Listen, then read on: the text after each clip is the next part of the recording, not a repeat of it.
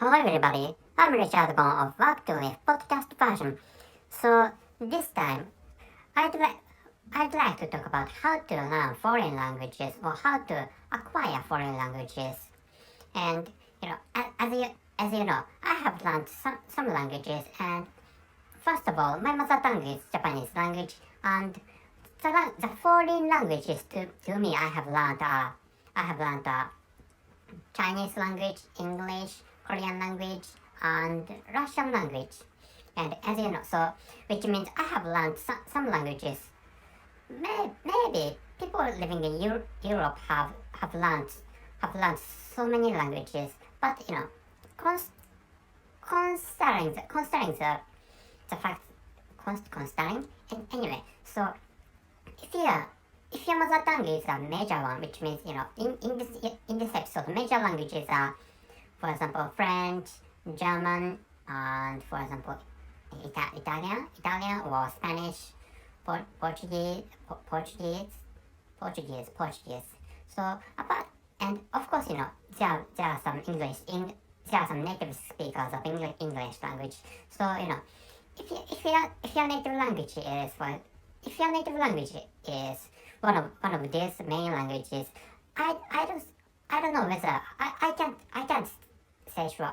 I'm not sure whether you have learned some foreign languages except for English language. And if you are a native speaker of English language, I don't know whether you learn foreign languages or not, because to putting myself in the shoes of native speakers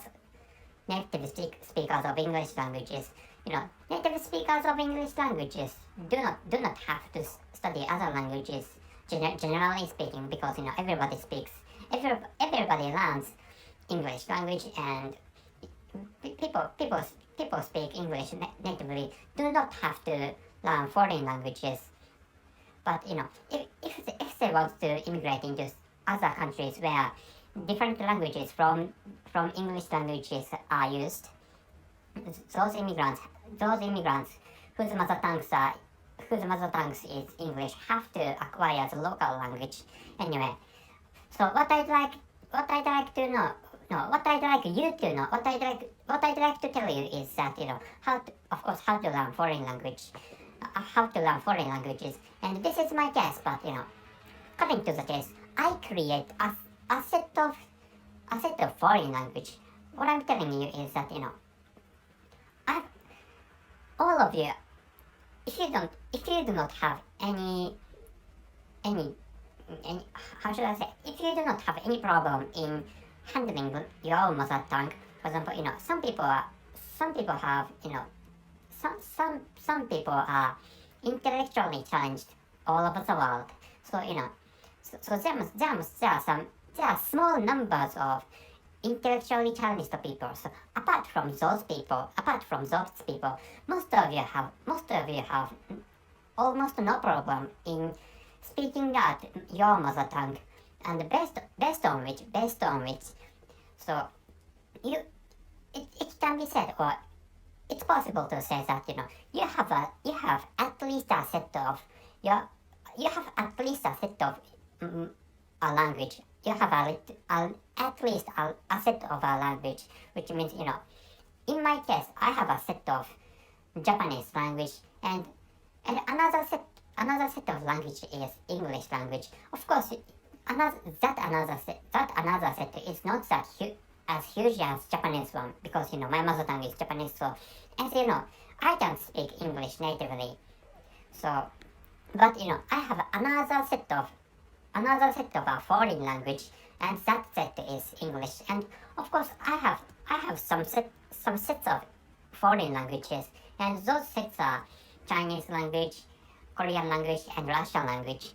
And the languages I can speak out are Japanese language and English language, and I can speak Chinese a little. Anyway, so like which what I want you to know is that when you learn a foreign language, any language is fine.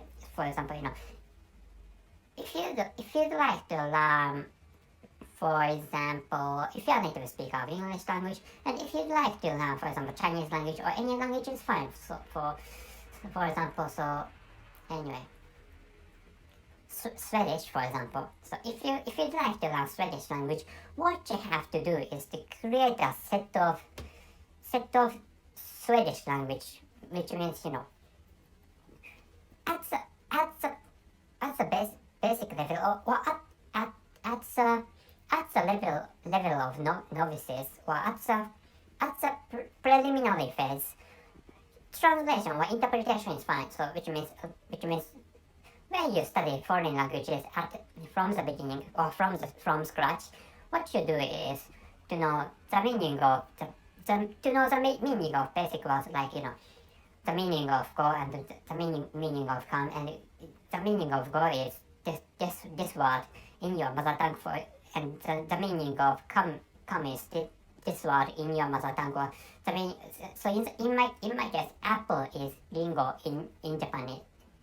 So apple is lingo in my country, or in my mother tongue. And what else should I say?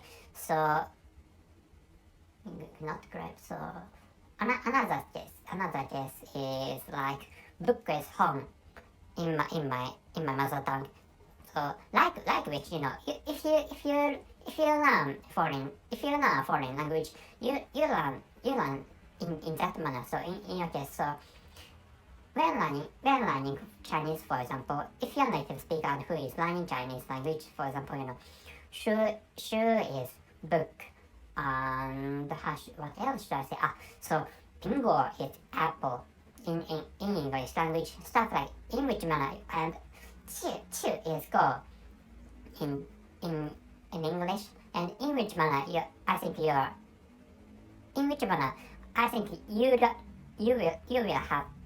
you would study Chinese language if you decided to learn Chinese language anyway. So language, and from the beginning or in preliminary phase, such learning manner is fine. But after raising your own proficiency in a foreign language, you have to learn the foreign language with the language. Meaning is this is my case, but I have continuously read books or novels written in English languages. Of course, I have read not only novels but also other types of books written in English. For example, I have read *Sapiens*, that famous book entitled *Sapiens* in English language, and the author of that book is Mr. Yuval Noah Harari.